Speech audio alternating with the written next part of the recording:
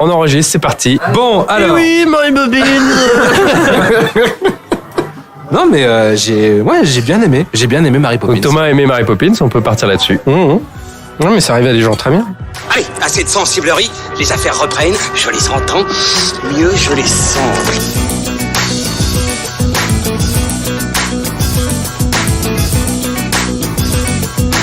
Qu'est-ce que c'est que ce foutoir, mon petit Bernard ?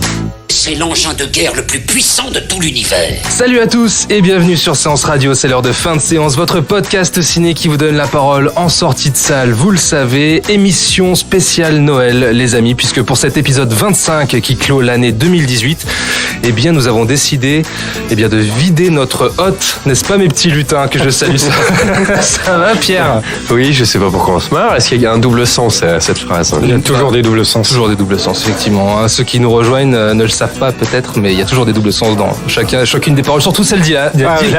Ça va? Moi, il y a que des doubles, triples sens. Bah oui, c'est vrai, écoute, envahi par l'esprit de Noël, je ne suis que joie, amour et bière. On est bien là, à côté d'un petit poêle électrique, au Hurling Pub évidemment.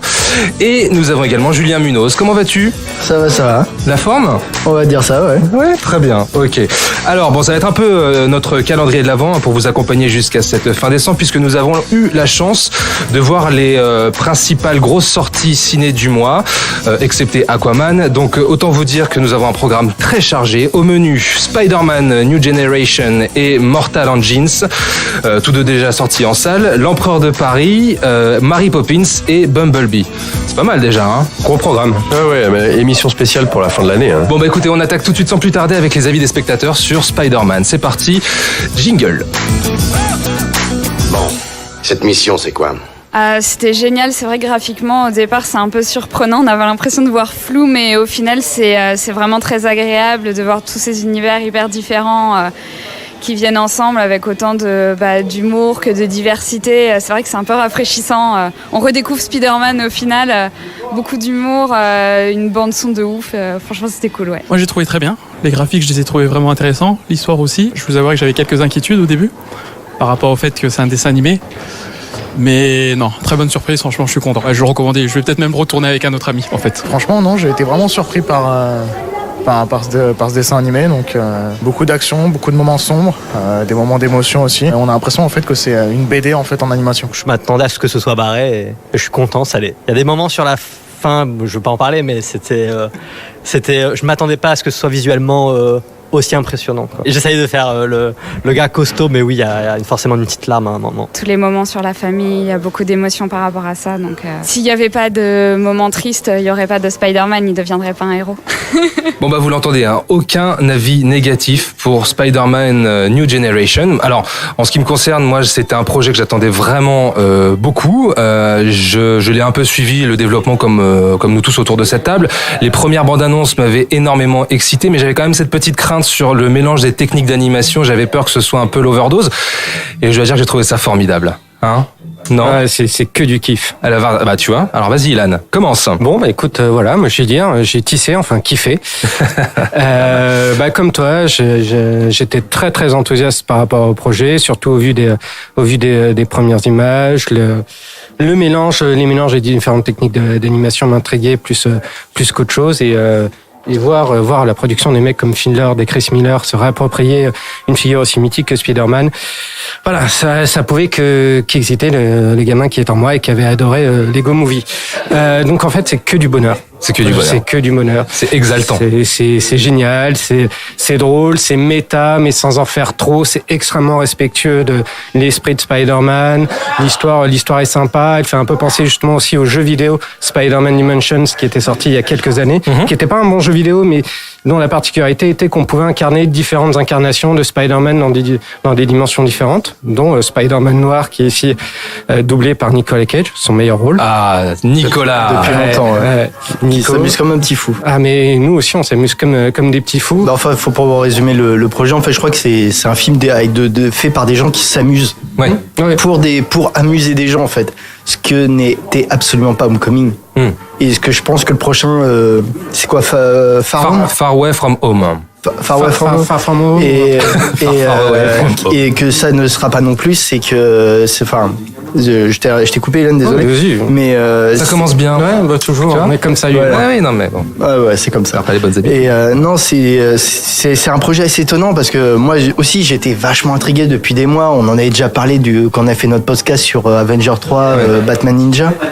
Mais ce qu'il y a, c'est que je me suis dit, est-ce que ça va pas être un sous-produit vidéo, tu vois, avec le risque, parce que je me dis, en fait, pourquoi Sony s'est embêté à faire ce film qui est tout ce que n'est pas les gros films Marvel de d'habitude, c'est-à-dire il y a de la prise de risque.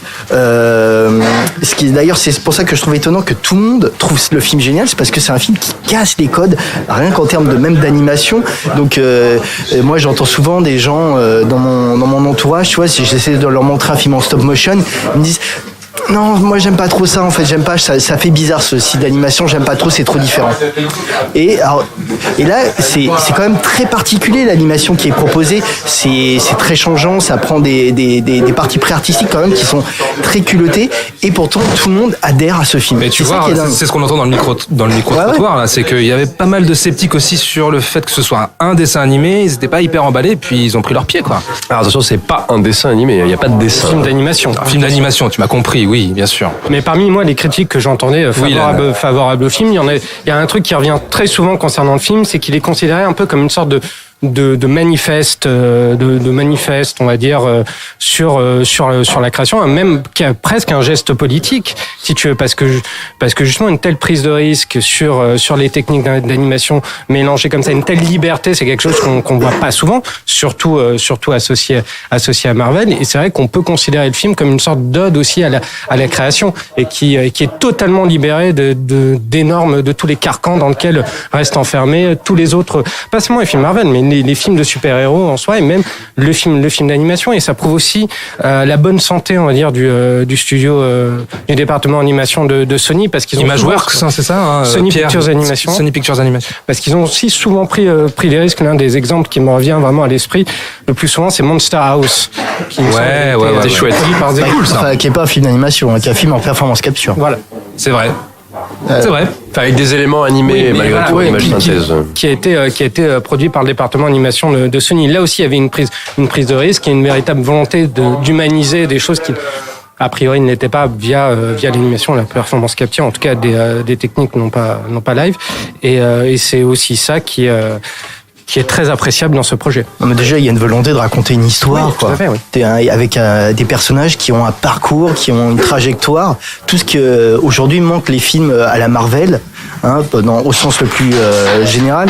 Enfin, je veux dire, tu vois, on a eu Venom avant, et quand tu regardes Spider-Man, tu te dis, mais pourquoi vous appliquez pas à vos films en live ce que vous faites là? Parce que, bon, d'accord, le film a coûté même pas 100 millions, c'est la moitié des gros blockbusters, tout ça, mais vous voyez bien que ça marche, ça plaît. J'ai l'impression que le film va être un joli petit succès, peut-être même plus qu'on s'y attend.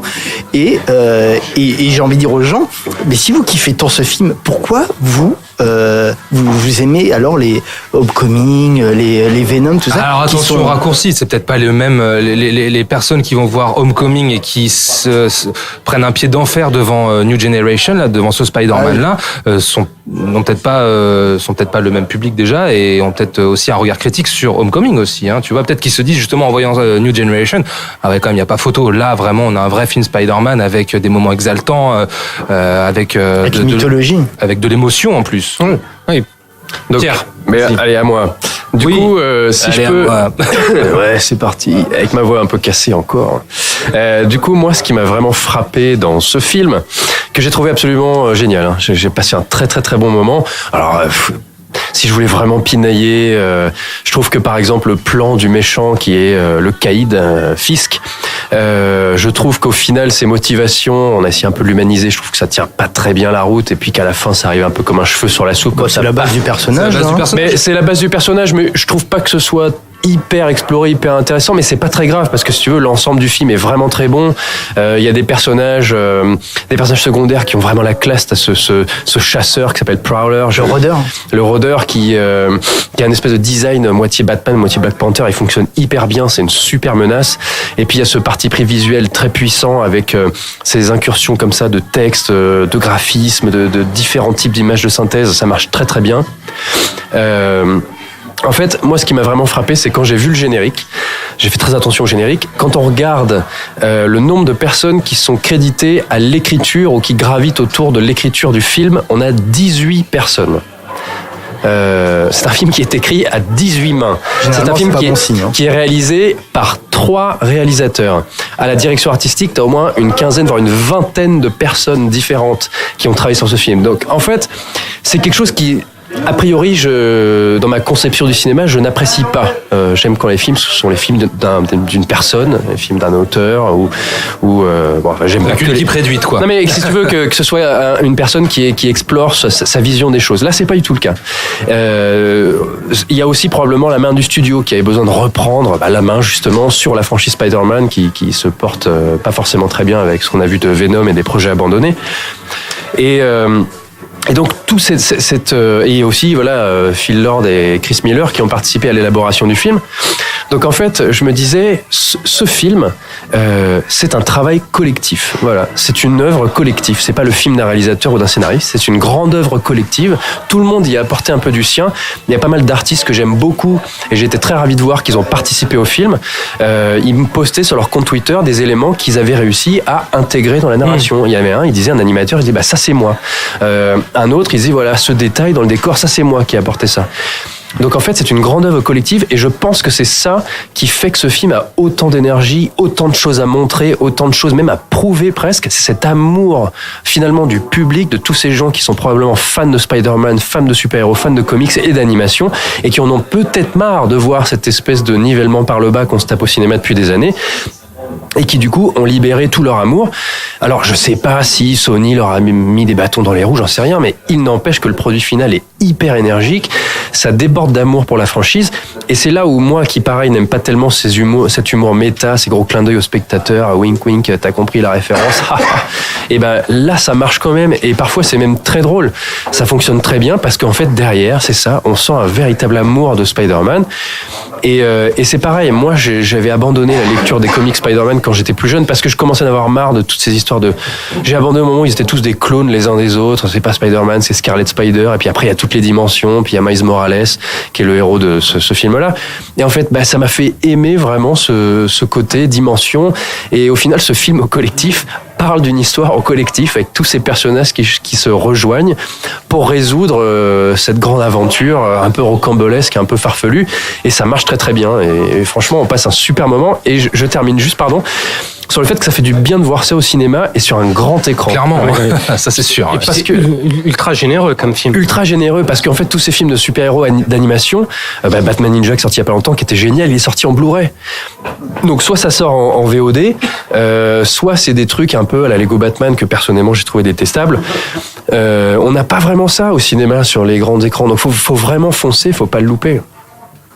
Je peux pas dire mieux. Ouais, non, mais je pense qu'effectivement,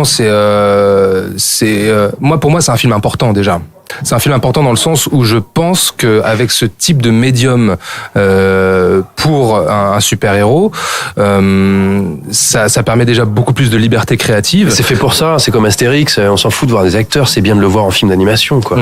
Et puis, oui, pardon, Julien, tu veux dire je disais peut-être que pour pousser les gens à aller le voir, c'est que si vous connaissez pas tous les trucs des comics avec Miles Morales, si pour vous Spider-Man ça reste Peter Parker, point. C'est accessible en fait. Moi je connais pas du tout. Alors oui, c'est ça. Faut préciser que c'est Miles Morales qu'on suit dans sa construction et en du fait, personnage. on va trouver plusieurs Spider-Man de d'autres dimensions. Et en fait, le scénario est très malin, arrive très bien à poser les bases de son univers et les règles en fait. Donc ce qui fait qu'on n'est jamais perdu. Donc franchement, que les gens qui peuvent avoir un doute n'aient absolument pas peur. C'est vraiment accessible. Moi, je connais pas les comics de cette période-là. Donc Miles Morales, je sais pas d'où il vient, je sais pas c'est quoi son parcours. C'est tout récent, ça fait quand même quelques années, mais oui, Miles Morales. Donc on a Gwen Stacy qui est pareil, qui est une Spider-Man dans un autre univers, mais tu arrives à absorber tout ça d'un coup et vraiment super quoi. Et super scène d'action. Ouais, non mais super scène d'action, et puis je veux dire quand Miles Morales il met son costume final de Spider-Man, moi j'ai eu la chair de poule. Oui, carrément. Est-ce qui s'est arrivé il y a très longtemps ça. Ils ont pas peur d'iconiser leur personnage. Voilà. Ils ont pas peur de déconner, de faire de la blague méta parce que c'est ce qui plaît aujourd'hui, mais en même quand temps même d'être super sérieux, d'être émouvant. Il y a des vrais moments d'émotion qui marchent très très bien. Toute la relation avec l'oncle de Miles Morales Morales, moi j'ai trouvé ça super touchant. Ne spoilons pas. Sans rien dire, mais il y a vraiment des liens familiaux, même notamment avec son père, que moi je trouve très touchant. Ouais. Et vraiment, et puis c'est beau. Si ça marche sur toute la ligne. Visuellement, ça claque. Et même au moment où tu dis, bon, tu peux tiquer un peu sur un détail d'animation, tout ça, mais tu dis, finalement, tu l'absorbes très très vite. Tu te dis, ah ouais, quand même.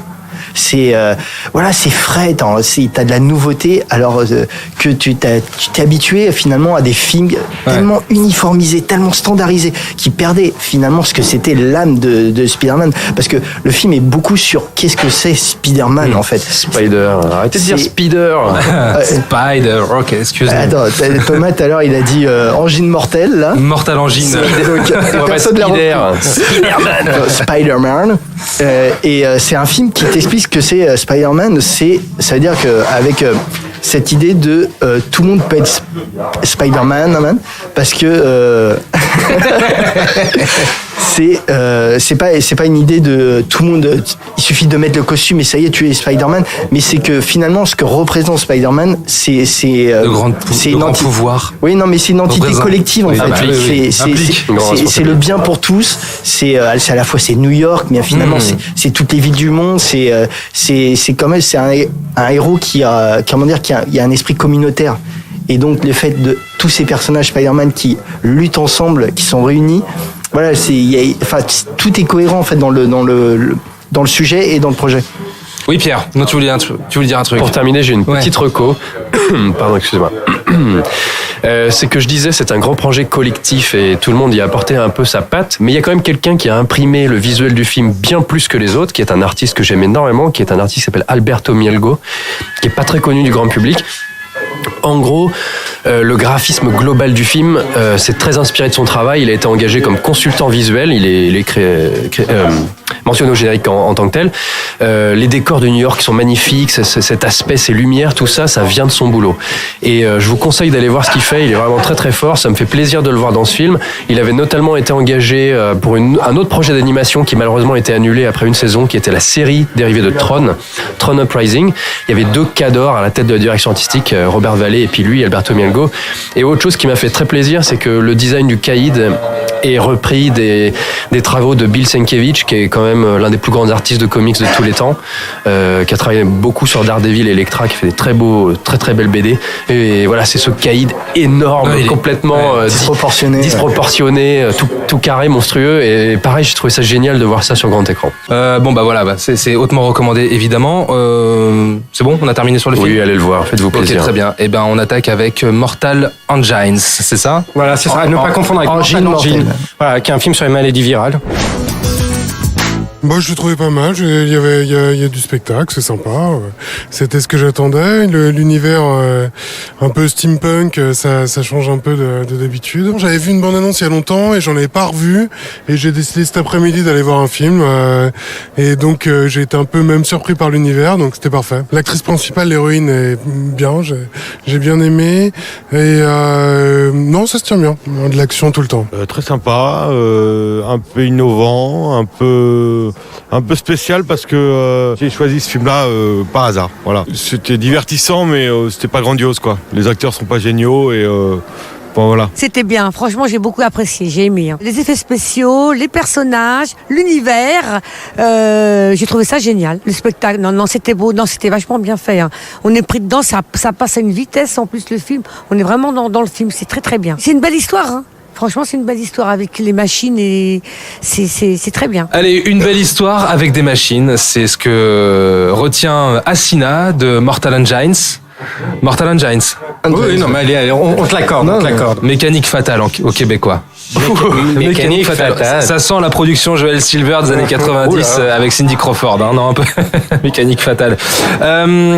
Donc, que dire alors moi, pour ce film-là, je suis un peu partagé. Il m'embête un petit peu parce que autant je trouve que c'est très intéressant dans l'univers qu'il propose, parce que c'est quelque chose qu'on n'a pas l'habitude de voir, un univers steampunk avec ces grosses citadelles comme ça qui s'affrontent, cet univers post-apocalyptique, production Peter Jackson, on le rappelle. Autant les personnages, je les trouve mais vraiment anti-charismatiques. Et qu'est-ce que j'en pense d'autre? Je trouve aussi qu'en termes de direction artistique, dans ces fameuses citadelles, ça m'a beaucoup fait penser à Waterworld parfois d'ailleurs. Oh, tu veux dire que le film prend l'eau? Pas mal. Je sais pas, mais j'ai envie de le défendre quand même. Il y a beaucoup de qualité dans ce film, vraiment. Mais après, je sais pas ce que vous en pensez, donc vous allez me dire. Moi, on va en discuter. Et alors, on va préciser que Pierre n'a pas vu, donc j'ai pas eu le temps. On va essayer de lui vendre quand même. Non? Allez-y, je vous écoute. On va te vendre nos engins. Waouh. Non, mais ça vole haut, ça vole haut. Voilà. C'est comme ça, c'est la dernière de l'année. T'as dit, on se lâche, on donne tout. Moi, je donne tout. Mais je crois qu'il n'entendait pas comme ça, en fait. Ah merde, bon, bah écoute, c'est pas grave. Alors, tant pis. Qu'est-ce que t'en penses, moi, je trouve le film plutôt attachant. Merci. Ah, Julien.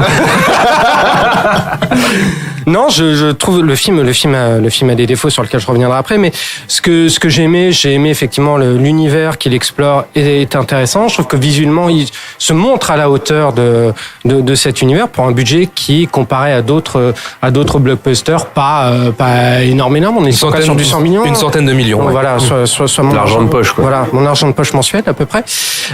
Donc je trouve que pour un tel budget, on voit l'argent à l'écran et ça fait plaisir à voir. L'univers est plutôt bien exploité. Je trouve que c'est vraiment un film à voir au cinéma, à voir sur grand écran, parce qu'il a une certaine démesure qu'il assume. Il a de l'ampleur, parfaitement. Ouais. Donc il y a une ambition visuellement. Je veux dire, c'est un film qui a de l'ambition et qui se montre à la hauteur de cette ambition. Donc là-dessus, il y a pas de souci. La première partie, moi, j'ai été tout de suite entraîné. J'ai trouvé la première partie tout de suite assez rock'n'roll. On est tout de suite plongé dans. Ah, c'est vrai que l'ouverture, dans l'univers, etc. Enfin, on a l'impression de voir un vrai film d'aventure steampunk. C'est une sorte de croisement. Alors, toute proportion gardée, attention messieurs, toute proportion gardée, ne me tuez pas. Une sorte de croisement entre, on va dire, Indiana Jones et Mad Max. Oula. Pour les plus jeunes et toute proportion gardée. J'y ai pensé. J'ai pensé à Mad Max, pas Indiana Jones, mais Mad Max. Oui, mais pour le côté aventure. Oui, et puis Junkie XL qui signe la BO. Voilà. Malheureusement, peut-être non. Non, ça va. Donc la première partie est assez sympa. Le problème, c'est que dans sa deuxième partie, le film est sans mauvais jeu de mots, sur des rails, sur les rails vraiment du film young adulte, quoi. Il propose rien de bien nouveau. On est sur la même mécanique du narratif des jeunes héros qui vont se rebeller contre un ordre, contre une dictature en place, etc.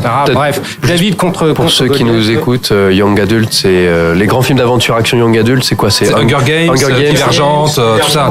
Labyrinthe, toute cette mode-là, ouais. Tous les films un peu de dystopie ou qui mettent en scène des adolescents, en fait, d'un monde qui se rebelle contre un monde adulte. Oui. Alors après Young Adult, je ne sais pas, parce que les bouquins originaux, j'ai fait une minose. Ça va se payer, ça. Ouais, je te sais bien. En France, sont sortis chez Folio Junior, donc Shorty, ouais. Sont sortis chez Folio Junior, donc je ne sais pas si on peut considérer ça comme du Young Adult. Bon, bref. En tout cas, toujours est-il que dans sa deuxième partie, le film est beaucoup plus balisé. Il y a même, fait beaucoup de pieds, on va dire, au marché chinois avec. C'est même une espèce d'allégorie en ce moment, parce que c'est. C'est pas gênant. Attends. Ce qu'il y a, c'est qu'il y a une espèce d'allégorie de Hollywood qui veut percer le marché chinois. Donc parce que à la fin le grand climax du film, c'est quand même les méchants qui veulent détruire la grande muraille de Chine en quelque sorte. J'essaie de pas trop spoiler. Donc c'est parce qu'on le sait, le marché chinois est un marché en tout cas en matière de cinéma, est un marché en pleine expansion depuis plusieurs années, que le cinéma hollywoodien ne cesse de faire de l'œil à ce marché qui est moins restreint de chaque année. Il y a déjà pas mal de coproductions. On va parler de Bumblebee, c'est une coproduction chinoise. Oui, mais donc tous les films américains ne peuvent pas sortir en Chine, mais même si ça s'ouvre un peu plus chaque année, et donc on fait des productions sino-américaines comme La Grande Muraille, ce genre de trucs qui finalement j'ai l'impression ne plaisent pas à grand monde, que ce soit du côté chinois ou du côté occidental. Mais par contre, on fait des Pacific Rim 2 ou ce genre de choses où on met des personnages asiatiques en valeur, qui sont très intelligents, qui sont un peu supérieurs aux personnages occidentaux, qui ont le droit à eux d'avoir des armes à feu. Et donc dans Mortal Engine, il y a chinoise qui a des armes à feu et qui est la seule pratiquement. Et qui a des lunettes noires. Et qu'il y a des c'est un peu la Morpheus asiatique. Il faut peut-être juste préciser que quand on fait un film avec une production chinoise, on a un cahier des charges obligatoire à respecter. Et c'est donc les Occidentaux ne peuvent pas avoir d'armes à feu. Ne peuvent pas être plus intelligents que les acteurs chinois, n'ont pas le droit d'avoir des armes à feu, sauf s'ils sont dépositaires de l'autorité, parce que les gens du peuple n'ont pas le droit de s'armer, parce que bon, on est encore dans une dictature. Voilà, il y a juste les armées qui ont des armes à feu. Voilà, et c'est pour ça que dans Transformers, Mark Wahlberg avait un flingue en forme d'épée, parce que sinon c'était insupportable. Mais alors deux choses. Il faudrait déjà savoir si effectivement, est-ce que c'est une coproduction chinoise? Je suis pas sûr. Et venant de Peter Jackson, ça me paraît quand même bizarre. On est plus dans la production néo-zélandaise. Et deuxièmement, c'est est-ce que dans le bouquin original, moi j'ai pas lu le bouquin original, est-ce que dans le bouquin original, c'est pas déjà la présent, même chose, voilà. C'est ça à savoir. Moi, ce qui est très drôle, c'est que dans le film, les Chinois ont la terre, un peu la terre promise, avec toute la terre d'abondance. Et donc la vieille Europe qui est représentée par Londres au début du film essaye de piquer les richesses de la Chine. Donc il y a une allégorie quand même qui m'a sauté aux yeux. Surtout dans le contexte cinématographique actuel. Oui, mais voilà, moi ce qui m'a gêné dans le film pour revenir un peu, on va dire, aux fondamentaux, c'est on a dit une des mesures visuelles qui est encourageante et qui est enthousiasmante, mais une espèce de paresse au niveau de l'écriture qui se ressent surtout dans sa deuxième partie. Les dialogues, au secours, quand même. Et puis le retournement, le twist de fin qu'on révélera pas, qu'on a senti venir une heure avant. Et il paraît qu'il y a un beau personnage de monstre. Oui, qui est incarné par Stephen Lang. En performance capture, Shrink, c'est ça, hein, je crois. Shrike. Et c'est Stephen Lang qui l'incarne. Ouais. Et il est bien, il est convaincant. Il est cool, ouais, même le design est sympa. Mais on le voit pas assez, on sent qu'il a pas été, il est pas assez. Enfin, il est pas écrit en fait. Il est pas écrit. Moi je suis désolé, mais juste pour donner mon ressenti, moi c'est un film, à part l'ouverture du film, qui est un peu la première bande-annonce qui avait été diffusée. Après cette intro de 10 minutes, moi je me suis complètement désintéressé du film, hein. Je vous avoue, les personnages sont il y avait, comment dire, on présentait toujours l'héroïne avec son foulard, et je me suis dit elle a l'air cool, ça va être une héroïne badass, tout ça. Et au début du film, donc on va dire 10 minutes après l'intro, elle enlève son foulard. Et je me suis dit, oh mon Dieu, elle a pas de charisme. Moi, j'ai une question. J'ai levé la main. Je peux dire une connerie? Non, j'ai une question parce que ça m'intriguait pas mal dans les bandes annonces. Le truc, c'est qu'on vit dans un univers post-apocalyptique dans lequel les villes les villes entières, les agglomérations urbaines ont été mécanisées et sont sur roues, sont des espèces d'immenses vaisseaux qui parcourent le monde. Et je me demandais comment c'était traduit à l'écran. Est-ce que ça avait de la gueule? C'est Londres, par exemple, sur roues comme ça qui avance. Le problème, c'est que c'est n'exploité que dans l'intro, en fait. Parce que c'est un peu du jamais vu sur grand écran. Non, ça c'est du jamais vu. Et je veux dire, il y a une direction artistique qui assez inégale, mais qui globalement quand même apporte des bonnes idées. Mais le problème que cette idée, donc on a des villes mouvantes dans un monde totalement aride, tout ça, c'est n'exploité que dans les 10 premières minutes. Non, après, on n'en fait plus référence et on est plus dans les airs, dans le monde souterrain, dans ce genre de choses, dans des trucs finalement plus, je vais pas dire plan-plan, mais dans des trucs plus conventionnels du récit apocalyptique ou enfin post-apocalyptique, ce genre de choses. Et ça, vraiment, je trouve que c'est le truc qui m'a frustré énormément, c'est de me dire, mais moi j'avais envie de voir ces villes bouger, ces villes s'affronter, un peu, enfin oui, comme à Paris sur les champs en ce moment, les villes qui s'affrontent. C'est ça que t'avais envie de voir, hein? Ça, le gilet jaune. Je me suis dit, c'est dommage, il y a pas de costume où les mecs sont habillés tout en jaune et ils se rebellent contre l'établissement, mais non, mais ok. Voilà, pour moi ça reste une frustration parce que en fait je trouve que le film rentre tellement dans les standards de la fiction pour young adultes, mais vraiment du début jusqu'à la fin, c'est que ce soit des personnages ou des situations. Bah non, franchement, moi je vois pas là où le film se distingue, juste par rapport par une direction artistique qui apporte quelques idées, mais même dans sa mise en scène, qui reste d'une pauvreté. Le film est réalisé, on l'a pas dit, mais le film est réalisé par Christian Rivers qui est de chez Weta. Ceux qui ont regardé les bonus du Seigneur des Anneaux et du Hobbit dans les versions longues sauront qui qui c'est parce qu'il intervient énormément. Il vient des effets spéciaux. Il vient des effets spéciaux. Il a été oscarisé pour King Kong. Et il était réalisateur de seconde équipe sur Le Hobbit aussi. Et donc, mais tu vois que c'est un mec fidèle depuis une vingtaine d'années. Tu vois que le film est un film fait par un technicien en fait, et pas par quelqu'un qui a une vision, qui s'est approprié, qui aurait pu s'approprier le script de Peter Jackson, Watch et Boyens, mais qui reste, moi je pense, vraiment pas très en dessous de ce qu'ils ont pu produire avant. Vraiment que ça soit dans la caractérisation qui est vraiment très très pauvre, hein. Quand t'as le personnage de méchant Hugo Weaving, non pas Hugo Weaving, mais même Hugo Weaving qui est en complet sous-jeu, qui dit moi je suis un peu là, je trouve qu'il cabotine même pas, je trouve qu'il est là, moi je suis là pour vous faire plaisir, mais franchement votre truc j'y crois pas, donc, je fais vous aurez le minimum syndical quoi. Et non mais t'as le mec qui convoite la fille que le héros veut au début, celle qui a 1 heure de retard sur nous. Donc elle découvre que son père est le méchant 1 heure après que nous on l'avait déjà découvert. Là tu fais du spoil hein, quand même. Non. Allez doucement. Non mais on sait direct que. Non, nous on le sait, mais je veux dire on le découvre qu'à fait le film. Mais je vois ce que tu veux dire sur. Non attends, j'avais pas fini. Donc ce personnage qui a un enfant de riche qui est un faillot quoi. Et en fait finalement ce personnage il ne sert qu'à un moment de failloterie. Mais il est présent pendant tout le film, mais tu sais pas pourquoi. Mais il sert à rien. Et c'est juste sa caractérisation, c'est juste le faillot de service qui est trop bête, quoi. Et je me suis dit, franchement, venant de Peter Jackson, qui a réussi à donner de l'âme à des méchants dans Le Seigneur des Anneaux, je dis quand même, moi je peux pas pardonner ça parce que c'est Peter Jackson. Moi, j'attends quand même beaucoup plus d'un mec comme Peter Jackson. Ça viendrait de quelqu'un d'autre. Je veux bien, mais là, moi. Après, quel était son degré d'implication dans le film, quoi? C'est ça. Le mec a écrit le film, il l'a produit. Il y a ces sociétés des effets spéciaux qui sont derrière. Il y a Christian Rivers. J'imagine pas que le mec ait laissé ça de côté en disant vas-y Coco, fais ton film. Moi, je dis rien, quoi. Non, je pense qu'il était assez impliqué, mais moi j'ai deux petits bémols pour terminer. Vite. Parce que moi j'ai fini ma bière et il faudrait le rechercher une autre. Sur ce que t'as dit. Je trouve que le film ne rentre pas tant dans les standards des films young adultes à la Hunger Games, à la Divergente, même s'il y a beaucoup de similitudes. Par exemple, l'histoire d'amour qui est entre les deux jeunes héros ne prend pas autant de place que dans les films que j'ai précités. C'est peut-être aussi là-dessus que je trouve qu'il se distingue un peu. Il est un petit peu plus subtil là-dedans. Et concernant justement tous tes reproches vis-à-vis du film, je pense que il savait pas quoi faire de film. Il savait pas si ça allait donner lieu à une franchise. Il savait pas si ça allait être un one shot. Tu sens à des moments qu'il tâtonne sur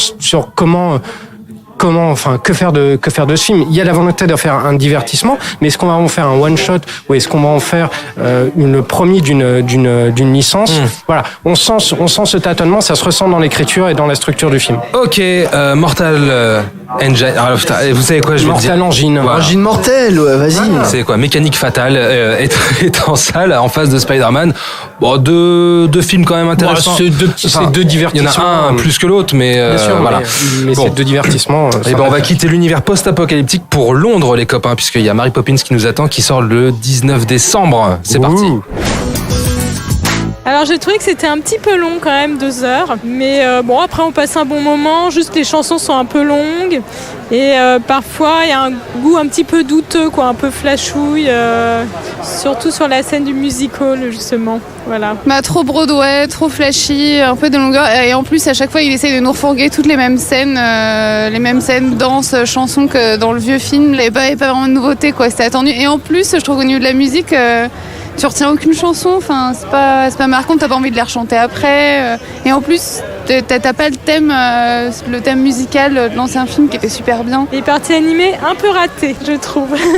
C'est quoi ce truc de mettre dans le dessin animé de la méchanceté? C'est quoi les personnages méchants? Qu'est-ce qu'ils foutent là? Elle est censée transporter les mômes dans un univers super magique et tout. Je comprends pas cette partie de l'histoire là. On se demande ce que c'est son objectif dans le film. Enfin, dans le premier film, elle vient pour réparer une famille, et là dans celui-là, qu'est-ce qu'elle vient faire? C'est quoi le sujet du film, quoi? En plus, elle se mélange trop à la vie normale des personnages, alors que dans le premier, elle intervient que pour apporter la dimension magique. Et là, du coup, je trouve ça bizarre. Emily Blunt, franchement, elle transcende le film. En fait, tout repose sur elle, je trouve. Superbe, très digne, très classe. Superbe, très digne, très classe, elle fait le film. Je suis pas loin de penser la même chose qu'Alice concernant Emily Blunt dans le rôle de Mary Poppins. Et j'irai même plus loin. Alors je sais pas si je vais me faire beaucoup d'amis autour de cette table, mais j'ai bien aimé ce Mary Poppins. J'y allais pour la battre, hein, sincèrement. Mais j'ai été agréablement surpris parce que Rob Marshall, c'est quelqu'un que j'apprécie énormément. C'est un mec qui vient de Broadway, c'était un metteur en scène. Et il a pris le parti justement de faire de cette suite un film, comme une pièce de Broadway en fait, avec des tableaux qui se succèdent et qui des très beaux tableaux d'ailleurs, je trouve. Emily Blunt, génial, mais après, je sais pas si Ilan, avec qui j'ai vu le film, parce que Pierre et Julien ne l'ont pas vu, donc on va écouter vos questions, mais je sais que Ilan et moi avons vu le film ensemble. Ilan est resté assez mystérieux sur son ressenti. C'était 2 salles, 2 ambiances, et pourtant on était dans la même salle. Tu veux vraiment mon ressenti ? Ok. Alors, je vais te donner une analyse du film, une grille de lecture qui... Attention, il retrousse ses manches. Qui ne concerne que moi, mais qui sera amené à faire autorité dans certains cercles. Pour moi, le retour de Mary Poppers, c'est... T'es lourd. Il la garde depuis quelques semaines. C'est un film sur une nounou qui est à bout et qui se réfugie dans la drogue et donne du LSD aux gamins qu'elle garde. Attends. Ouais. Non, parce que premier tableau quand même.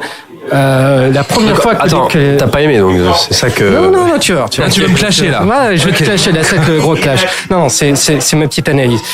Dis-toi, la première fois que les gamins vont dans un monde magique, donc ce qui est récurrent dans les Mary Poppins, ils plongent dans un grand bain. Donc déjà la première fois, je me suis dit, mais est-ce qu'elle est pas en train de les noyer, les gamins ? Parce que ça va pas devenir un truc super glauque, etc. Et les gamins voient des figures de personnes qu'ils ont vues dans le monde réel. Et entre chaque tableau, tu vois que les gamins sont surexcités, sont en sueur, enfin tout ça. Tout indique les signes des mecs qui sont en manque. Donc ils ont pris trop de drogue. C'est un film qui pour moi est un peu sous LSD. Ilan, sois sérieux s'il te plaît, parce que là tu vois mon verre, il me reste une gorgée, je pense qu'elle va le finir dans ta tronche. Ah ouais, carrément. Bon, alors moi j'ai pas été aussi enthousiaste que toi. Je trouve le film plaisant, et ce qui me fait mal dire d'un film de Rob Marshall, parce qu'il a quand même fait Nine, et depuis Nine c'est un mec... C'était dur Nine. Ouais, mais il a fait Chicago, les gars, je suis désolé. C'est nul. Non, c'est pas nul. Oui, mais bon, un Chicago ne peut malheureusement pas remplacer un Nine. Si tu veux, quand il a fait un Pirates des Caraïbes, ça c'était nul. Pirates des Caraïbes, etc. Donc effectivement, c'est un film dans la tradition de Broadway, avec des tableaux, voilà, avec des tableaux qui ressemblent beaucoup à ceux du film original. Il y en a qui ressemblent beaucoup, qui sont dans. Il y a les mêmes motifs. Si tu veux, il y a le mélange live, animation. Ah oui, ça, d'accord, bien sûr. On est dans les mêmes passages obligés, on va dire. Il y a les passages obligés. Il y a le petit numéro pas des cheminots, pardon. Des allumeurs de réverbères. Voilà, des allumeurs de réverbères. Bon, tous les petits trucs comme ça, tous ces motifs qu'on retrouve d'un film à l'autre. Sauf que moi, contrairement à d'autres films estampillés Broadway que j'ai pu voir, il y a aucun numéro musical qui est resté en tête, si tu veux. Sérieusement ? Bah non, aucun. Il y a aucune. J'ai pas moi le super fragili, machin. Super califragilistique, alors ça c'est la musique. Non mais d'accord, mais même en termes de numéros musicaux, à part le numéro des allumeurs de réverbères, il y en a aucun qui m'est resté en tête. Attends, non, aucun. Emily Blunt qui dans le monde animé à un moment donné devient une espèce de meneuse de revue. Le numéro est quand même vachement cool et super beau. Ça m'a quand même fait penser à Nine. C'est une espèce d'autocitation à Nine. Non mais Emily Blunt est très bien. Emily Blunt est géniale en Mary Poppins. Elle incarne parfaitement le personnage. Elle a la classe. Elle a tout ce qu'il faut, le bagou, tout ce que tu veux. Sauf que sans trouver le film mauvais, c'est un film qui ne m'a pas fait grand effet, parce que je trouve que justement il y a rien qui reste en tête. Tu passes pas un moment désagréable. Effectivement, ça fait le job. Il y a des numéros bien chorégraphiés, tout ce que tu veux. Mais je veux dire, si je veux des numéros bien chorégraphiés, je me mets le DVD de Lord of Dance, quoi. Non, mais je suis. Alors, est-ce qu'il y a des chansons, par exemple Thomas, toi qui as vachement aimé, est-ce qu'il y a des chansons que tu serais capable de fredonner maintenant, que tu retiens aussi bien que l'original? Non, clairement non, mais c'est pas pour autant que j'ai passé un mauvais moment justement dans le film, devant le film. Je te dis parce que les attends, j'ai pas été enchanté quoi, comme je pouvais devant The Greatest Showman par exemple. Ou comme dans l'original. D'accord. Alors non mais qu'on soit bien d'accord. En termes d'émotion et de musique, c'est aux abonnés absents. On est d'accord. Bah, c'est quand même un peu une des bases de Mary Poppins. Quoi. Mary Poppins, c'est une des bases. Moi, c'est un de mes films de chevet, Mary Poppins, vraiment. Maintenant, c'est pas pour autant vraiment que j'ai passé un mauvais moment devant le film parce que j'ai aimé le parti pris musical de Rob Marshall et c'est ce que j'étais venu chercher en un sens, tu vois. Ouais, mais limite, si tu veux, des fois, moi, j'ai eu l'impression de voir les chars qui passent à Euro Disney toutes les heures dans Main Street ou des choses comme ça. Tu vois, j'ai l'impression de voir un peu ces numéros. Je grossifierai avec beaucoup plus de moyens, tout ce que tu veux. Mais pour moi, c'était. Voilà, je sais pas comment te dire, c'était un peu un cosplay de Mary Poppins, quoi. Oh, bon. Et est-ce que le film joue sur la nostalgie? Parce qu'on sait que Disney a beaucoup joué sur ce sentiment, que ce soit pour les Star Wars, que ce soit pour... et déjà sur Mary Poppins, parce qu'ils avaient déjà fait un film sur l'écriture de Mary Poppins. Qui apparemment est complètement faux historiquement. Non, j'ai pas trouvé non, pas de nostalgie. Par contre, t'as quand même quand même, si. Non, mais il joue pas là-dessus, si tu veux, c'est pas son fond de commerce. Est-ce qu'en fait, on te resserre la même sauce, mais javelisée, quoi? Ah, parce que moi, je suis pas d'accord. Attends, je suis pas d'accord en termes de production et en termes de spectacle. J'avais cette question. Il faut pas de ta gueule. Si je peux me permettre, la même sauce, moi, j'avais l'impression de ce que j'ai vu et de ce que j'en ai entendu, qu'en fait, c'était un remake qui faisait semblant d'être une suite, parce qu'au final, c'est exactement la même chose, la même trame, les mêmes passages. Cette fois, c'est pas des comment on appelle ça, les mecs qui nettoient les cheminées, des ramoneurs. Pardon, j'ai pas de cheminée, je suis désolé. Tu connais, je suis dans un appart. Cette fois, c'est pas des ramoneurs, sont des cette fois, c'est pas des ramoneurs, c'est des mecs qui allument les lampes dans la rue. Il y a encore les cerfs-volants. Elle va pas voir son oncle pour dîner au plafond, mais elle va voir sa cousine pour dîner au plafond. Meryl Streep. En fait, au final, c'est exactement la même chose, les mêmes passages. Moi, c'est ce que j'ai vu. En tout cas, j'ai pas vu le film, mais de ce que j'en ai vu, des bandes annonces, des interviews, des extraits, etc. C'est les mêmes trucs. Bien sûr. Simplement, on le fait un petit peu version 2018. Et du coup, moi, ce que je me demandais, c'est, mais quelle est la légitimité de ce film? Parce que si au final, il ne fait que plus ou moins remaker en moins bien l'original, ça sert à quoi? Oui, mais alors ça, il faut... À part faire du pognon pour Disney, bien sûr. Il faut poser la question directement à Disney, parce que quand tu vois leur line-up, de toute façon, on sait très bien... Oui, mais toi, par exemple, qui a aimé... Parce que, étant donné que l'original, c'est grosso modo la même chose, mais en 10 fois mieux... Mais c'est ce que je viens de dire. Qu'est-ce que t'aimes dans ce film, finalement, si c'est la même chose, mais en moins bien? Le parti pris musical Broadway, qu'il n'y avait pas que je n'avais pas dans le premier. Des tableaux, des beaux tableaux, une succession de tableaux parce que moi, le côté enchanteur du ce que tu gagnes en Broadway, si tu veux, en musicalité entre guillemets, dans ce remake suite, tu le perds en enchantement. Et Mary Poppins, c'est aussi ça, c'est aussi de l'enchantement. Enfin, pour moi, en tout cas, ça représente. Et du coup, il y a des passages où j'ai été transporté, où j'ai trouvé vraiment qu'il y avait de la fantaisie. Alors du coup, sur la fantaisie, je me permets encore une fois d'intervenir. De ce que j'ai vu, alors encore une fois, c'est difficile pour moi de juger, mais j'avais l'impression que ce côté très théâtre, très scène, Broadway, numéro musical sur une scène, faisait que l'intégration avec les séquences d'animation était peut-être pas si intéressante que ça, qu'il n'y avait pas tellement d'interaction entre les différents personnages. Et deuxièmement, c'est que Mary Poppins, comme dans le premier film originel de 1964, elle emmène les enfants dans des mondes imaginaires, et qu'en fait, dans ces mondes imaginaires, d'après ce que j'ai compris, il y a l'apparition d'un méchant. Oui. D'un antagoniste, ça veut dire qu'en plus Mary Poppins amène les enfants dans un environnement où il y a un méchant. Alors c'est ce qu'effectivement. Qu'est-ce que ça veut dire? C'est complètement incohérent. Pourquoi ce sera cohérent? Pourquoi elle amène les enfants dans un endroit où il y a un danger? Mais alors, ça veut dire qu'elle a aucune maîtrise là-dessus. C'est pas elle qui fait de la magie. Si tu veux, c'est une sorte. Ce méchant qu'on voit dans cette partie animée, pour moi, c'est une sorte d'allégorie du banquier interprété par Colin Firth, et qui est une angoisse aussi pour les gamins, parce que on n'a pas parlé de l'histoire, mais ça se passe 20 ans après.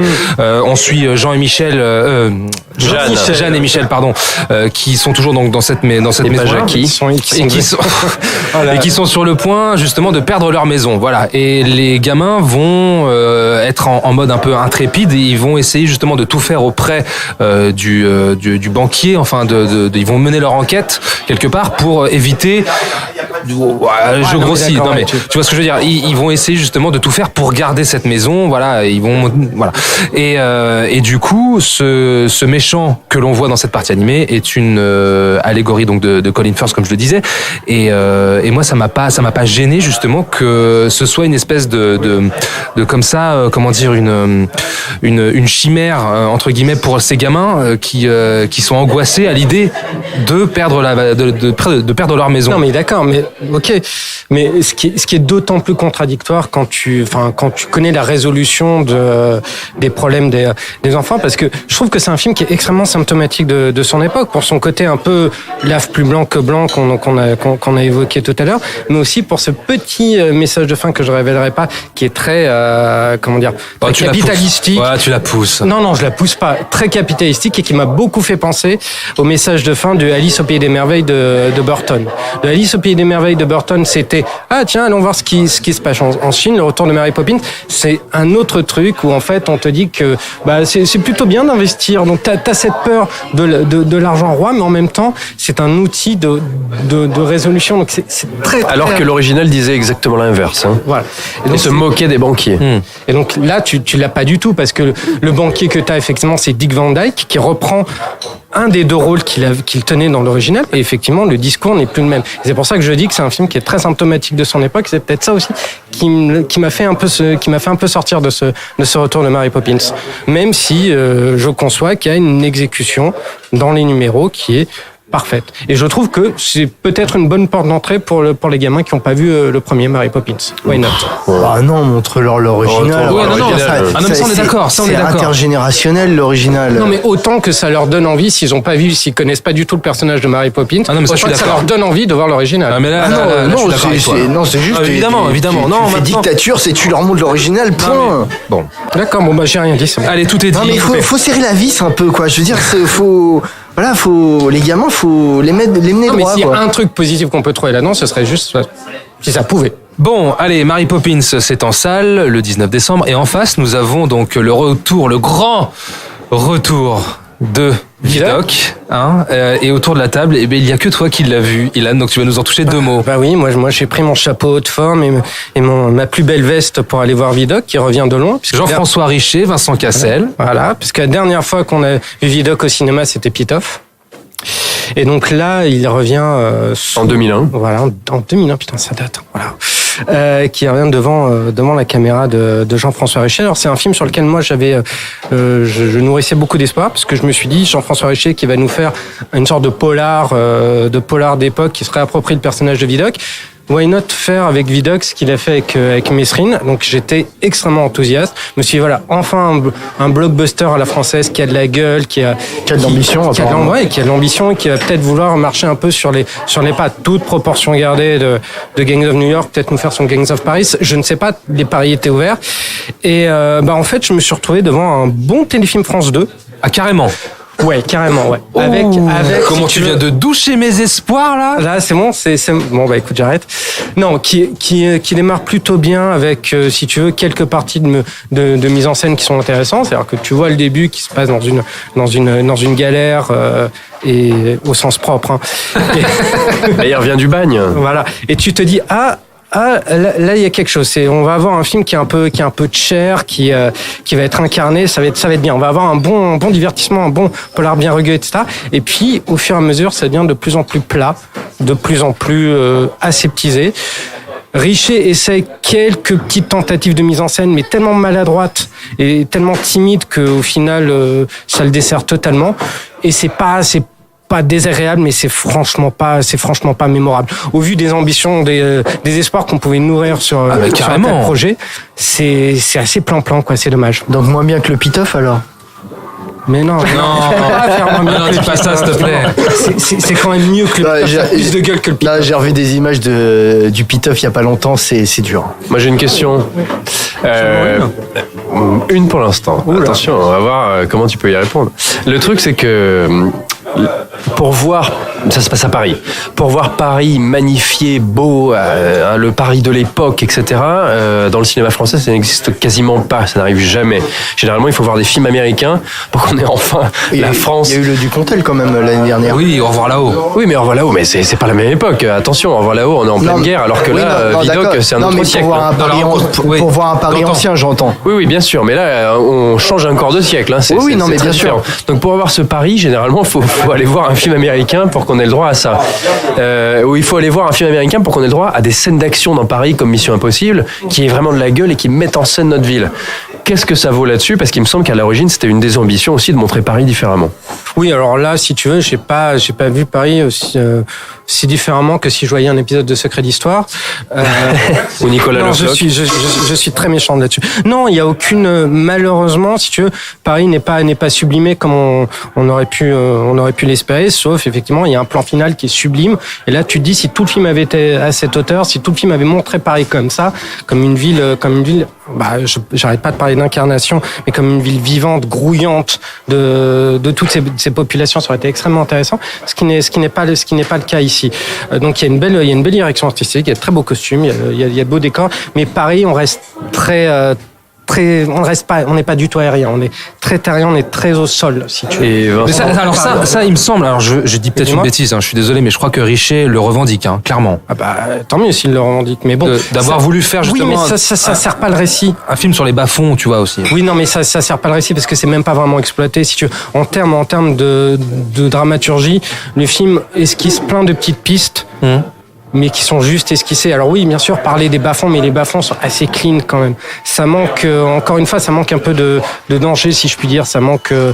c'est pas assez poisseux, quoi. Pourtant, il y avait l'air d'avoir quand même un travail sur la photo assez poussé, quoi. Donc, parce que quand tu compares ça à un téléfilm, c'est vachement dur. Donc, faut l'assumer. Hein. Oui, bah, je l'assume parfaitement. Je compare par son ambition, si tu veux, parce que son manque d'ambition, au final. Son manque d'ambition parce qu'il avait toutes les cartes en main pour te faire un vrai grand film d'époque, un vrai grand polar d'époque. Et au final, ça reste très aura des pâquerettes, malheureusement. Et Vincent Cassel, il est comment ? Vincent Cassel, il fait son Vincent Cassel, il est pas mauvais, il est plutôt bon. Il fait la gueule et il parle comme ça. Ouais, quoi. Comme d'habitude. Bah, t'as l'impression qu'il va foutre quelques coups de boule. Voilà, c'est pas un film mauvais, mais encore une fois, c'est un film qui est décevant au regard des espoirs qui nourrissait. Donc, je pense qu'il faut quand même le voir pour se faire une idée, de se dire que, si tu veux, le cinéma de divertissement français, c'est pas seulement mais qu'est-ce qu'on a fait au bon Dieu, quoi. Il y a une alternative. Là, c'est balbutiant, mais bon, ça demande qu'à éclore, quoi, si tu veux. On le conseille ? Ouais, moi j'ai envie de le voir dans tous les cas. Faut se faire son opinion. Dans tous les cas, j'ai très envie de le voir. C'est tourné en France. Ouais. Et puis c'est peut-être une bonne invention, si tu veux. Donc oui, il faut peut-être le soutenir. Voilà, alors, faut le soutenir. Rassure-moi, tu le titrerais pas quand même. Mais qu'est-ce qu'on a fait à Bonaparte quand même ? Pas mal. Hein. Presque, parce que il y a quand même un moment donné, tu vois, il y a un caméo de Bonaparte et comment tu m'as spoilé là ? Ouais, mais grave. Et il y a un caméo de Bonaparte et je me suis dit, il aurait tout aussi bien pu être joué par Christian Clavier, ça m'aurait pas choqué. J'ai une question. Lucchini. C'est une question, ça ? Bah, oui, Lucchini, point d'interrogation. J'ai dit Lucchini. Oui, Lucchini. Lucchini est sous-exploité. Ah ouais ? Ouais, Lucchini est sous-exploité, il apparaît 2-3 fois, mais voilà, c'est pas... encore une fois, d'accord, ok. Ça manque de poids, quoi. Ça manque de... j'ai cru que t'allais dire autre chose. De poids non, il y a ceux de Vincent Cassel. Lucchini manque de poids. Non, ils ont tous de très beaux favoris. C'est ce qu'il faut retenir. Ok, donc le 19 décembre, on récapitule. Donc il y a Mary Poppins et l'Empereur de Paris. 2 belles sorties quand même pour les fêtes. Oui, mine donc de rien. Des costumes, quoi, si on aime les costumes. Voilà, pour les costumes, effectivement. Allez, on passe au 26 décembre avec Bumblebee. C'est parti. Bah, moi qui aime pas les films de robots, pour une fois c'était très surprenant et ouais, émouvant, drôle, très drôle. Et ouais, j'ai bien accroché contrairement à ce que je pensais. Celui-là, je pense que c'est mon préféré et franchement, je le reverrai sans hésitation. Les Transformers, c'était tellement devenu n'importe quoi que celui-là, en fait, on se dit, bah en fait, par rapport à ce qu'on a les autres Transformers, il est mieux. Et en fait, du coup, lui, pour le coup, il bénéficie de cette comparaison en fait avec les anciens Transformers parce que il est beaucoup plus cadré. Et du coup, c'est comme ça qu'on apprécie plus le film. Là, les combats se voient, on voit vraiment la mise en scène, on la voit. Donc non, Travis Knight a fait ce qu'on lui demandait, c'est-à-dire un Transformers à échelle humaine et pour la famille. C'était bien, beaucoup d'action, une petite histoire d'amour, une famille déchirée, un peu de bagarre, on sauve le monde, des militaires, tout ça quoi. L'actrice est Hailey Steinfeld, il me semble. C'est vraiment l'adolescente à laquelle on peut s'identifier, un peu esselée et voilà, qui trouve un ami. Enfin oui, je pense qu'on s'attache à elle et puis à sa famille parce qu'elle a une histoire de famille qui est assez compliquée. Et donc, mais c'est un film voilà où on passe un bon moment et je trouve que c'est très bien là pour ce qui se passe en ce moment de regarder ce genre de film. C'était super bien, c'est un film familial dans la lignée des Transformers, on n'est pas déçus, beaucoup d'humour et de l'action. Moi je trouve au contraire que ça s'est recentré sur l'histoire au lieu de partir sur la mise en scène très spectaculaire et du coup on s'attache plus au personnage et c'est peut-être même plus intéressant. Familial, beaucoup d'humour, de l'action, on s'attache plus au personnage et c'est peut-être même le plus intéressant, c'est ce que vient de dire Nino à l'instant. Eh bien, j'étais une fois de plus comme Mary Poppins, j'étais parti pour abattre ce Bumblebee et je dois dire que je suis pas loin de penser la même chose que notre ami Nino. Pour autant, petite réserve parce que je suis un défenseur de Michael Bay et le dynamisme que j'avais dans les tout premier, on va dire le premier Transformers m'a un petit peu manqué dans celui-ci. Néanmoins, je dois dire que c'est une bonne surprise, signé Travis Knight. Qu'est-ce que vous avez pensé de ce préquel de Transformers ? Parce que c'est un préquel. C'est une préquel ou un préquel d'ailleurs ? Je sais jamais. Un préquel. Un préquel. Et je confirme que tu voulais défoncer le film parce que c'est moi qui l'ai vu en premier parmi nous quatre. Et quand je suis arrivé, j'ai dit les mecs, c'est bien Bumblebee. Tu m'as fait ouais, c'est ça. C'est vrai. Parce qu'on n'a pas l'habitude de t'entendre dire que t'aimes un film. Oui, parce que non, surtout je pense qu'on n'a pas l'habitude que je défende un Transformers. Vous le savez tous autour de cette table. C'est très douloureux les trois premiers. Même le tout premier ? Ah oui, le tout premier, pour moi c'est horrible. Hein. Je ne suis pas un anti Michael Bay, mais non, j'ai vraiment trouvé. Moi, je suis vraiment pas un addict de la franchise. Il y a que le 4 qui a à laquelle je trouve matière à défendre un peu. Ouais. Alors ça c'est incroyable. J'aurais jamais cru entendre ça. Ouais. Alors c'est bon, moi tu sais quoi, je pose mes écouteurs et je me casse. Et donc, moi j'y suis allé parce que ça m'intéressait, parce que c'est Travis Knight qui reprend la franchise. C'est la première fois qu'un autre réalisateur s'attaque à la franchise Transformers. Alors précisons Travis Knight, PDG du studio Laika, donc qui font des films d'animation stop motion, Coraline, Paranorman, les Box Roll, et donc réalisateur du magnifique Kubo et l'armure magique, qui était vraiment un super film sur le storytelling. Un réalisateur qui vient du monde de l'animation. C'est important pour le film. Voilà, donc j'étais curieux parce que je me suis dit, mais attends, le mec il a fait un premier film, donc génial, mais c'était un film d'animation stop motion. Là il est sur un film, il y a beaucoup d'animation dans le film puisqu'il y a beaucoup d'effets spéciaux. Et je me suis demandé, mais qu'est-ce que ça peut donner ? Et donc en fait, c'est la première fois qu'on joue sur un ton différent, sur une échelle différente. Alors oui, c'est pas un film où il va y avoir 45 minutes d'action à la fin. On est vraiment sur une échelle beaucoup plus réduite. Il y a 3 Transformers dans le film, grosso modo pendant tout le film. Donc c'est voilà, ce qu'on perd en spectacle, même si les scènes d'action sont très bien foutues. Moi je trouve que c'est très lisible, très clair. C'est très clair, c'est très propre, à défaut d'être visionnaire. Tonitruante. Travis Knight, c'est pas John McTiernan, quoi. Mais au moins le boulot est fait. Et c'est que pour une fois, on va s'intéresser au personnage. Mais vraiment, on va faire une petite histoire. Alors, très axé années 80, très classique aussi. Donc apparemment, l'idée vient de. J'ai lu récemment que l'idée vient de Spielberg. Tiens donc. Donc de revenir aux années 80. Amblin. Coucou. Et de revenir à un côté Amblin. Donc avec cette extraterrestre qui tombe du ciel pour venir aider une enfant qui a un problème familial. Donc c'est très codifié, mais ça fonctionne en fait. Parce que moi c'est vraiment ce que je trouvais ce qu'on perdait avec les Transformers, enfin ce qu'il n'y a vraiment jamais eu, c'est un intérêt pour les personnages. C'est vraiment quelque chose qui amène qu'on s'intéresse finalement aux scènes d'action. la plupart du temps. Genre, ça n'a pas eu d'intérêt pour Megan Fox. Je n'ai pas un intérêt. Non, mais on va pas se mentir. Je n'ai pas un intérêt sentimental pour Megan Fox. On allait voir Transformers aussi pour ça. Oui, mais moi je trouvais que le spectacle marchait totalement à vide et était insupportable parce que les personnages étaient insupportables. Là, ils sont quand même, il n'y a pas de blague vaseuse. Ils sont moins hystériques. On n'est pas dans l'hystérie constante. Alors peut-être, on va me dire, voilà, c'est peut-être plus formaté. Ok, mais moi j'assume là, parce que ce côté, je trouve que ça amène une rigueur que la franchise n'avait pas. Et de la sincérité. De la sincérité et un côté carré qui fait que le film vaut pour ce qu'il, pour lui seul. Peu importe finalement que il y a eu des opus avant, qu'il va se passer des trucs après ou qu'il y a des choses avant. On retrouve une intro, on est dans Cybertron, on a compris, il y a la guerre. Intro très sympa. Cette ouverture. Ouverture magnifique. Hein, incroyable. Super ouverture. Surprise. Parce que moi je te coupe Julien, mais les premières images sur Cybertron, on était tous les deux dans la salle Thomas, on se demandait ce que pouvait bien donner ce film, et là, bam, on balance dans Cybertron, donc la planète des Transformers, qui est une planète entièrement robotisée, une espèce de grande ville, planète, un peu comme Coruscant dans Star Wars. Et la scène d'action, les effets spéciaux, les images, les lumières, la scène de guerre, ça marche hyper bien, c'est puissant. Vraiment. Et non, mais là, tu vois, Travis Knight, il impose au moins une mise en scène qui est carrée, qui est vraiment propre. Et donc on va nourrir après. Donc le film va être moins généreux en action, mais on va développer des personnages, on va nouer une relation. Et moi je trouve qu'on donne beaucoup plus de charisme à Bumblebee qu'il ne l'avait dans les Michael Bay en fait. C'est vrai.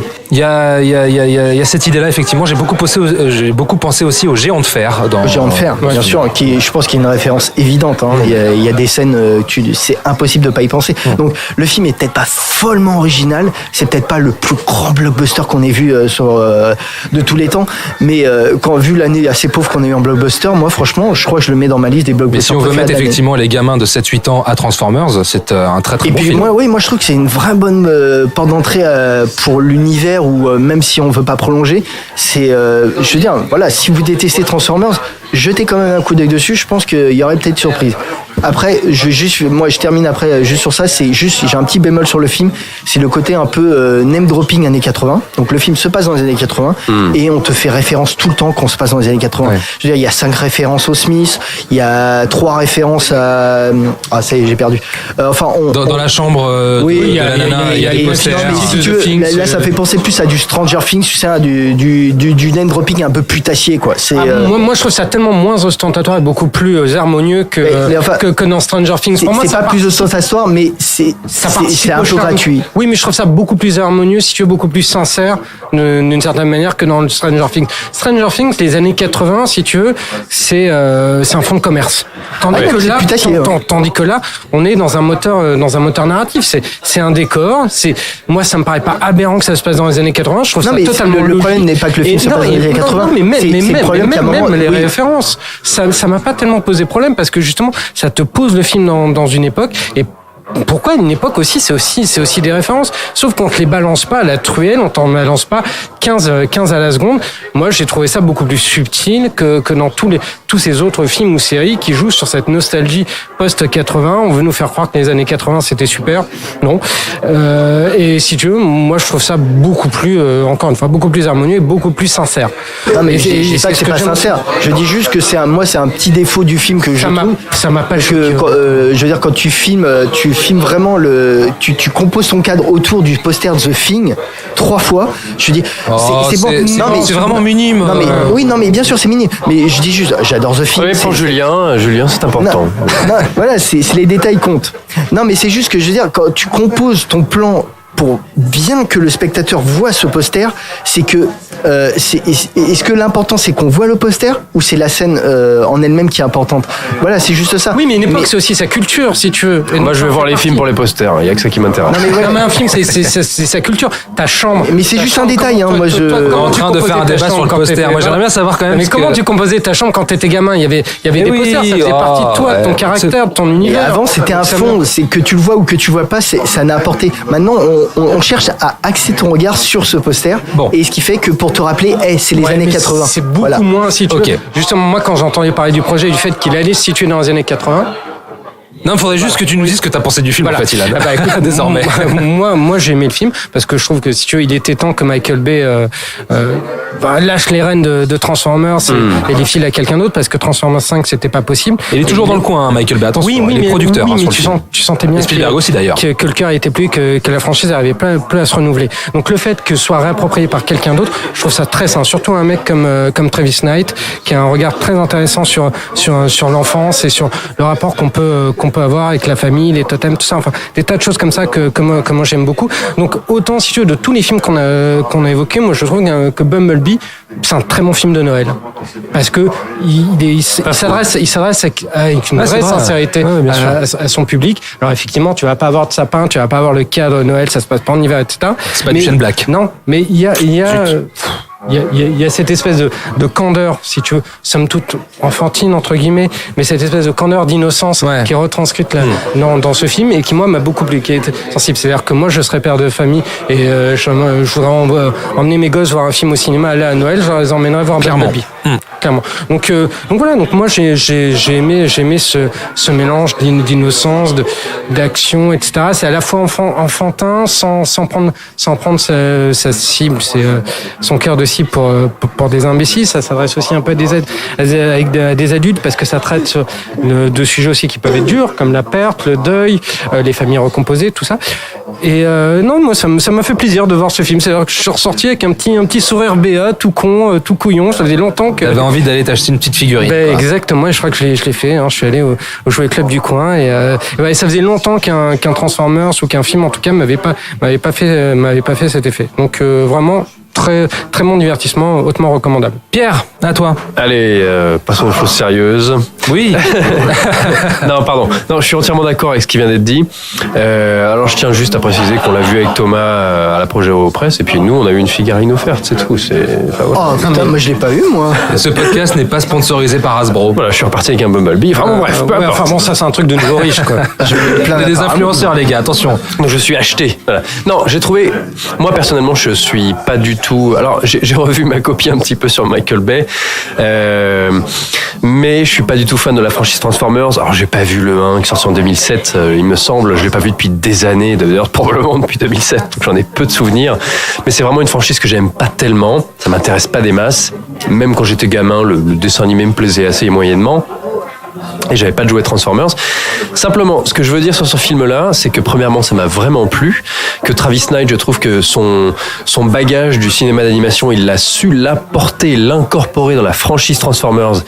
Et on voit, c'est vraiment traduit à l'image. C'est-à-dire que ce personnage de Bumblebee, dans son animation, dans son attitude, dans sa pose, dans le poids, dans les expressions, il y a quelque chose de nettement supérieur à ce que faisait pour moi Michael Bay.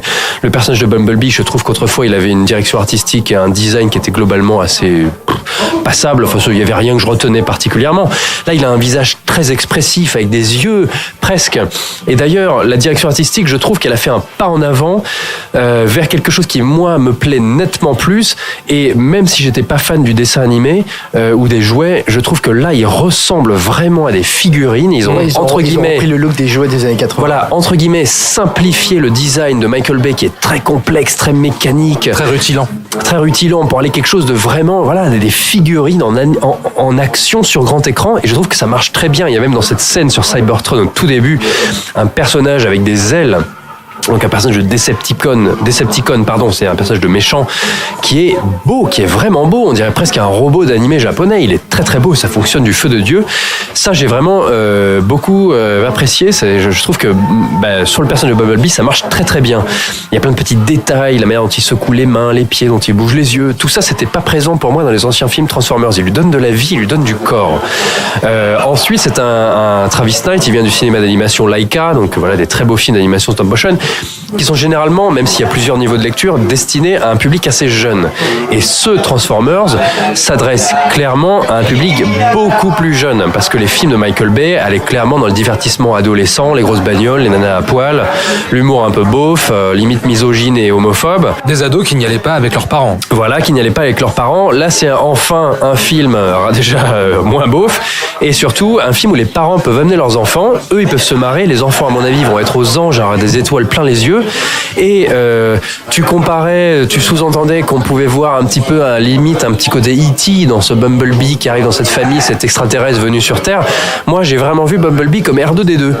Non seulement il joue beaucoup sur les sons, parce que Bumblebee est privé de la parole au tout début du film, parce que c'est un personnage qui n'a pas de voix dans les Transformers, il s'exprime avec des extraits radio, des extraits télévisés. Là, il lui donne une voix, puis finalement il la perd, et du coup on a ce personnage qui s'exprime par des sons, qui a ses lumières dans les yeux, comme R2-D2 qui bouge. Ouais, c'est vrai. On a aussi un passage où il projette un hologramme. C'est ça, il renferme un message. Voilà, il contient un message de la résistance, exactement comme dans Star Wars. Donc je pense qu'il y a cette volonté de revenir à ce sentiment d'aventure. On va retourner dans Star Wars, on va retourner peut-être chez Spielberg, de donner ce souffle comme ça plus extraordinaire, plus sain, cette espèce de côté rêveur qui manquait à Transformers et que du coup on ramène pour un public beaucoup plus jeune. Et là pour moi ça marche vraiment mieux. Alors sur le design, je trouve que les deux personnages de méchants, ces deux Decepticons qui sont sur Terre, sont peut-être un petit peu moins réussis.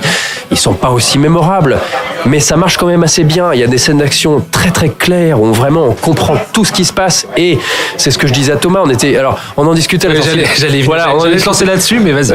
On en discutait à la sortie de la salle.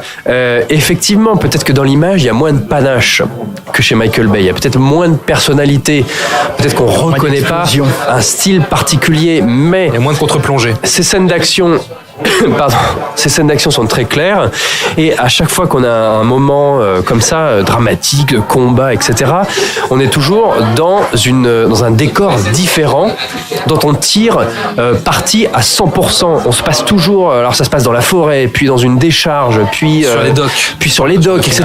Du coup, il va toujours trouver ce qui peut faire mouche, ce qu'on peut utiliser, une grue, un camion, etc. Un peu à la Brad Bird, finalement. Voilà, il tire parti de son environnement qui est filmé pas en totale image de synthèse comme les derniers Transformers, mais dans des décors réels, et il y a toujours une interaction entre les personnages humains et les personnages de robots qui sont en image de synthèse.